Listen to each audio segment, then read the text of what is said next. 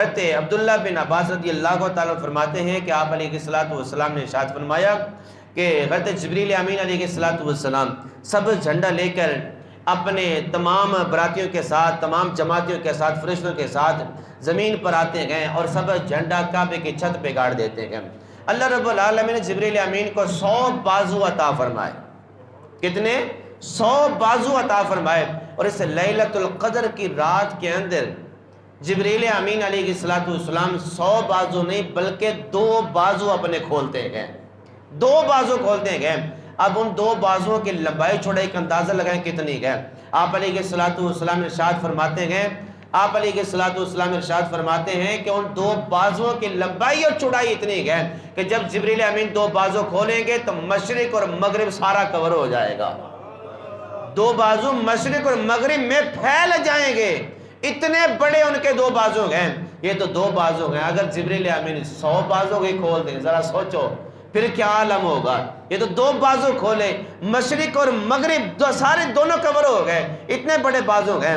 آگے فرمایا پھر یہ فرشتے پھیل جاتے ہیں، مصافحہ بھی کرتے ہیں اور ان کو دعا بھی دیتے ہیں۔ جو اللہ کے بندے، نیک بندے جھکے ہوتے ہیں، رب کے حضور مانگ رہے ہوتے ہیں، ان کی دعا پر یہ فرشتے آمین بھی کہتے ہیں۔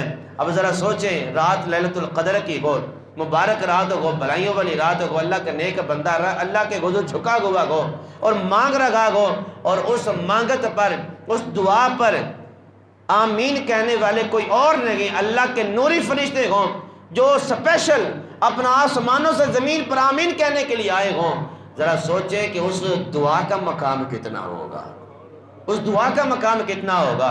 وہ دعا تو پھر ایسی عظیم دعا ہے، جب مانگیں گے تو اللہ رب العالمین فوراً ہی قبول فرما لے گا۔ جس دعا پر آمین جبریل امین یا فرشتے کر رہے ہیں، اس دعا میں کوئی شک نہیں کر سکتا کہ وہ دعا قبول نہیں ہوئی، وہ دعائیں قبول ہی قبول ہیں۔ سارا معاملہ ہو جاتا ہے، صبح صادق آ جاتی ہے، جبریل امین فرماتے ہیں چلو بھی فرشتوں واپس چلتے ہیں، واپس چلتے ہیں۔ جب واپس جانے کا اعلان ہوتا ہے، فرشتے جبریل امین سے عرض کرتے ہیں جبرائیل ہم آئے، اللہ کے بندوں سے مصافحہ بھی کیا، ان کی دعاؤں پر ہم نے آمین بھی کہا، میں نے بندوں کو دیکھا، ہم نے بندوں کو دیکھا کہ یہ جنت کی طلب بھی کر رہے تھے، جہنم سے پناہ بھی مانگ رہے تھے، تسبیح و تعلیل بھی کر رہے تھے، کوئی رکوع میں تھا، کوئی سجدے میں تھا، کوئی قیام میں تھا، سارے اللہ کو راضی کرنے کے لیے اپنا جھکے ہوئے تھے۔ ذرا بتائیں کہ یہ جو کچھ بھی کر رہے تھے اس کے بدلہ میں اللہ نے ان کو کیا عطا فرمایا ہے؟ میرے مالک نے ان کو کیا عطا فرمایا ہے؟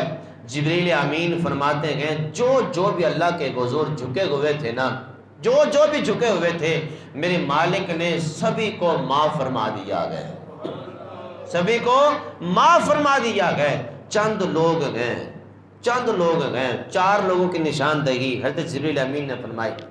حضور علیہ السلام فرماتے 4 لوگ ہیں جن کی بخشش اس رات میں بھی نہیں ہوتی، سبھی کی بخشش ہو جاتی ہے، سارے بخشے جاتے ہیں۔ 4 لوگ ایسے ہیں کہ اس مبارک رات کے اندر بھی اللہ رب العالمین کے رحمت سے محروم رہتے ہیں، رب العالمین ان کو معاف نہیں فرماتا۔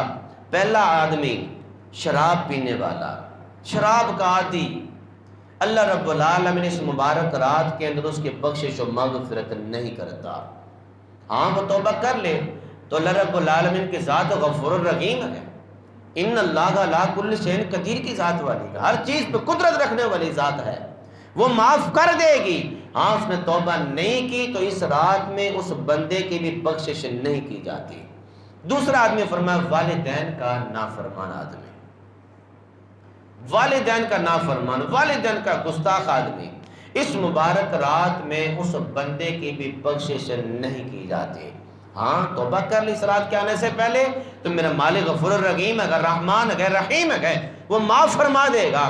نہیں توبہ کی تو میرا مالک اس مبارک رات میں والدین کے نافرمان کی بھی بخشش نہیں فرماتا۔ تیسرا آدمی قطع رحمی کرنے والا، قطع تعلق کرنے والا، لوگوں پہ نارحم کرنے والا، لوگوں سے بول چال ختم کرنے والا، ایسے بندے کی بھی اس مبارک رات کے اندر بخشش و مغفرت نہیں ہوتی۔ چوتھا آدمی وہ جو بغض و کینہ آپس میں رکھتے ہیں، منہ پہ آئے بڑے اچھے طریقے سے سلام کیا، منہ پہ آئے جبھے بھی ڈالی، منہ پہ آئے بڑے اچھے طریقے سے مصافحہ کیا، بڑے اچھے کلمات بولے، لیکن جب پیٹھ پھیری تو پھر چھریاں چل رہی ہوتی ہیں، بغض و کینہ دل میں بھرا ہوتا ہے۔ اگر اس کے پاس بندوق بھی ہوتی شاید وہ فیر مار کے بندے کو بھی مار دیتا۔ یہ معاملات اگر کسی کے پاس موجود ہیں، بغض و کینہ دوسرے مسلمان کے حوالے سے دل میں ہے، تو حضور علیہ الصلوۃ والسلام نے ارشاد فرمایا کہ ایسے بندے کی بخشش و مغفرت نہیں ہوتی، ایسے بندے کی بخشش و مغفرت نہیں ہوتی جو مسلمان ایک دوسرے کے لیے اپنے دلوں میں بغض و کینہ رکھ لیتے ہیں۔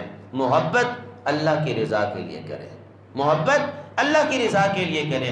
ایک نیک بندہ ہے، میں اس سے محبت کر رہا ہوں، کوئی ذاتی معاملات کے لیے نہیں، ذاتی کو چیز طلب کرنے کے لیے نہیں، اللہ کے ولی سے، نیک بندے سے میں اس لیے محبت کر رہا ہوں کہ یہ اللہ کو راضی کر رہا ہے، یہ نیک بندہ ہے، اللہ کے حضور جھکا رہتا ہے، اس لیے اللہ کی رضا کے لیے اس بندے کے ساتھ میں دوستی کر رہا ہوں۔ ایک رب کا نافرمان ہے، رب کا نافرمان ہے، انسان سے نفرت مت کریں، جرم سے نفرت کریں، جرم سے نفرت کریں۔ اگر کوئی نافرمان ہے اس سے بھی اگر آپ دور ہوتے ہیں تو اس لیے کہ یہ رب کا نافرمان ہے، رب کی وجہ سے، رب کی رضا کی وجہ سے اسے دور ہو رہا ہوں۔